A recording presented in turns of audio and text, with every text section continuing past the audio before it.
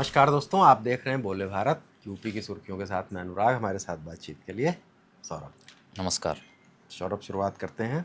जी अनुराग जी, आज अजय राय पे बहुत तीखा हमला किया है सीएम योगी ने रायबरेली की एक सभा में। सौरभ, ये अजय राय अयोध्या में थे, जी हनुमानगढ़ी गए थे जी और आजकल अयोध्या को लेकर वो काफ़ी अभियान चलाते रहते हैं। हनुमानगढ़ी गए, वहाँ हनुमान चालीसा का पाठ किया और चूंकि राजनीतिक आदमी हैं तो उसके बाद गोसाईगंज विधानसभा में एक कार्यक्रम था और वहाँ के एक स्थानीय निषाद नेता बीजेपी छोड़कर कांग्रेस में शामिल हुए हैं, तो उसके लिए एक पार्टी, एक भोज जैसा रखा गया था। उसका एक वीडियो वायरल हो रहा है जिसमें कहा जा रहा है कि मछली बन रही है। चूँकि हिंदू धार्मिक मान्यताओं के मुताबिक सावन में और अयोध्या के इलाके में मांसाहार नहीं करना चाहिए, इसको लेकर भारतीय जनता पार्टी हमलावर हो गई है। सीएम योगी आज रायबरेली में थे जी और उन्होंने इस प्रकरण का जिक्र करते हुए कहा कि देखिए ये कैसे बेशर्म और कैसे गिरगिट की तरह रंग बदलने वाले लोग हैं, मछली खा रहे हैं अयोध्या में वगैरह वगैरह। ये बात हाँ, खाना ही था तो अयोध्या से बाहर खाना था तो बाहर खा लेते। सुनिए क्या कहा सीएम योगी ने। विरासत का अपमान ही नहीं करते। कल कांग्रेस के प्रदेश अध्यक्ष का आपने आचरण देखा होगा, हनुमानगढ़ी में दर्शन करने जाते हैं और बाहर जाकर के मछली का दावत उड़ाते हैं, ये राम राम चिल्लाते हैं। बेशर्मी की भी एक सीमा होती है। किसने कहा था फिर मंदिर जाने के लिए?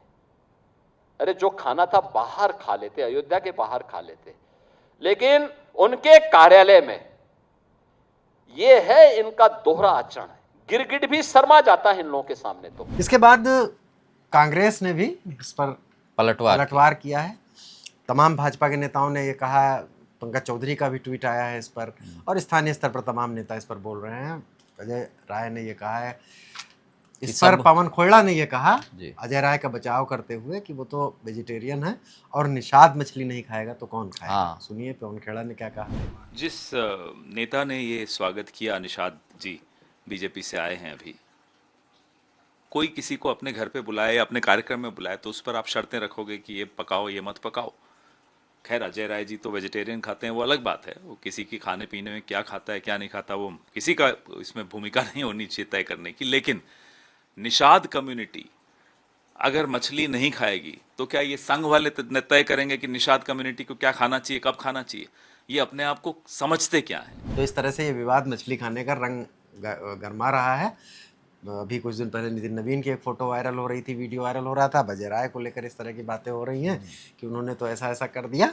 ये खान पान अब राजनीति में आ जाता है, चाहे भाजपा का हो चाहे कांग्रेस का हो। अगली खबर पर आया जाए जी सौरभ जी। आज मुख्य चुनाव आयुक्त ज्ञानेश कुमार लखनऊ पहुंचे। उनकी 2 दिवसीय यात्रा है। इस कॉलेज ने जो जो चीज़ें हमें सिखाई वो मुझे अपने जीवन में आगे बहुत काम आई। तो यहाँ के बच्चों से संवाद करते समय मैंने उनको बताया कि शायद जीवन का ये समय होता है जहाँ आपके अंदर कॉलेज बहुत सारी चीज़ें देता है, देने वाले इतने अच्छे टीचर्स होते हैं, स्कूल का वातावरण इतना अच्छा होता है, उन विचारों को लेने वाला होना चाहिए। ज्ञानेश कुमार मुख्य चुनाव आयुक्त लखनऊ आए हैं। यहाँ पर वो पहुँचे और अपने जो उनका कॉलेज है जिसमें उन्होंने पढ़ाई की है, कॉलवेन तालुकेदार में, उन्होंने छात्रों के कार्यक्रम को भी संबोधित किया, उनको मोटिवेट किया और तमाम सारी बातें की। और जो चूंकि उनके कामकाज से जुड़ी बात है, उन्होंने मतदाता जागरूकता वगैरह की बात की और उससे कहा कि बीएलओ से संवाद करेंगे चुनाव आयोग का। जी, चूंकि उनका अनुराग जी कहना था कि सीधा मतदाताओं से जुड़े होते हैं, सीधे मतदाताओं से जुड़े होते हैं, तो वो अहम कड़ी हैं मताधिकार को लेकर, मतदाता जागरूकता को लेकर वो ज़्यादा उस मुहिम को ज़्यादा सफल बना सकते हैं।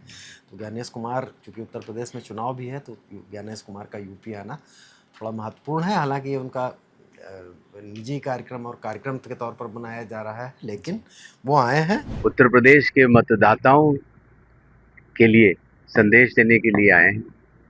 खास तौर से हमारे बूथ लेवल ऑफिसर्स जो कि लोकतंत्र की आधारशिला होते हैं, उनको कुछ बात समझाने और उत्तर प्रदेश की जितनी यूनिवर्सिटीज़ हैं और जितने स्कूल्स हैं वहाँ पर चुनाव प्रक्रिया की पारदर्शिता और पूरी प्रक्रिया को समझाने के लिए भी यहाँ पर कार्यक्रम होंगे। अगली खबर पर आ जाते हैं जी। अखिलेश यादव ने कल एक ट्वीट किया था, उसके बाद से चर्चा उत्तर प्रदेश में गर्मा गई है। उन्होंने लिखा कि आरक्षण था, आरक्षण है और आरक्षण रहेगा। उन्होंने भारतीय जनता पार्टी पर ट्वीट में हमला बोला कि कभी आरक्षण में सुधार के नाम पर, कभी किसी और शब्द के नाम पर भारतीय जनता पार्टी आरक्षण के साथ खिलवाड़ कर रही है। और उन्होंने कहा कि पीडीए के लोग एक हो जाएं वगैरह। हाँ, ये पूरी तरीके से हटाने की साजिश चल रही है। उन्होंने कहा कि इस तरह के शब्दों के सहारे वो आरक्षण को खत्म कर देंगे। और इसके बाद जो है बयानबाजी शुरू हो गई। चंद्रशेखर ने भी आगरा के अपने कार्यक्रम में इसको लेकर बोला। इससे पहले भी कुछ बातें हुई थी तो उन लोगों ने इसको बोला, लेकिन इस समय मामला गर्म हो गया है। ओपी राजभर ने तो उल्टा अखिलेश पर ही मामला बोल दिया।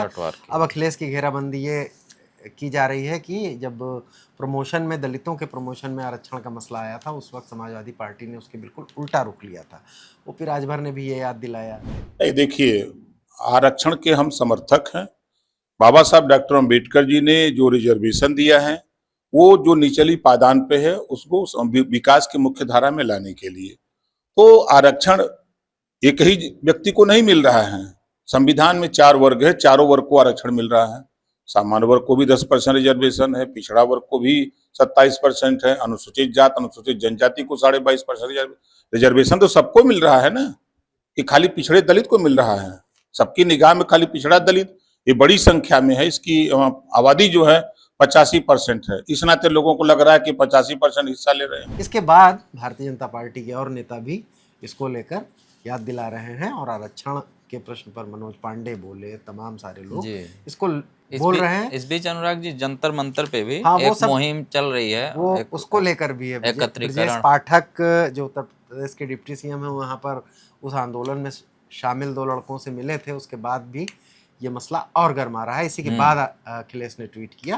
तो चूंकि भारतीय जनता पार्टी का कोर वोटर में सवर्ण भी है और उनमें से यूजीसी और आरक्षण को लेकर एक खेमा सरकार से नाराज है और दूसरा खेमा जो है भाजपा को, चूंकि चुनावी राजनीति के लिहाज से ओबीसी दलितों को भी साधना है, तो वो थोड़ी कसमकस जैसी स्थिति है। अखिलेश शायद इसका फायदा उठाना चाहते थे और अब उनके वही उसी पॉइंट पर भाजपा भी इस पर कर रही है। लेकिन कुल मिला के आरक्षण का मसला इस समय चर्चा में है और हो सकता है आगे 2-4 दिन और अगर इसको कोई पार्टियां खींच पाई अपने अपने हिसाब से तो और लंबा भी खींच सकता है। तो यूपी की सुर्खियों में आज इतना ही। कल फिर नई सुर्खियों के साथ हाजिर होंगे। तब तक के लिए इजाज़त दीजिए। देखते रहिए बोले भारत। नमस्कार, धन्यवाद।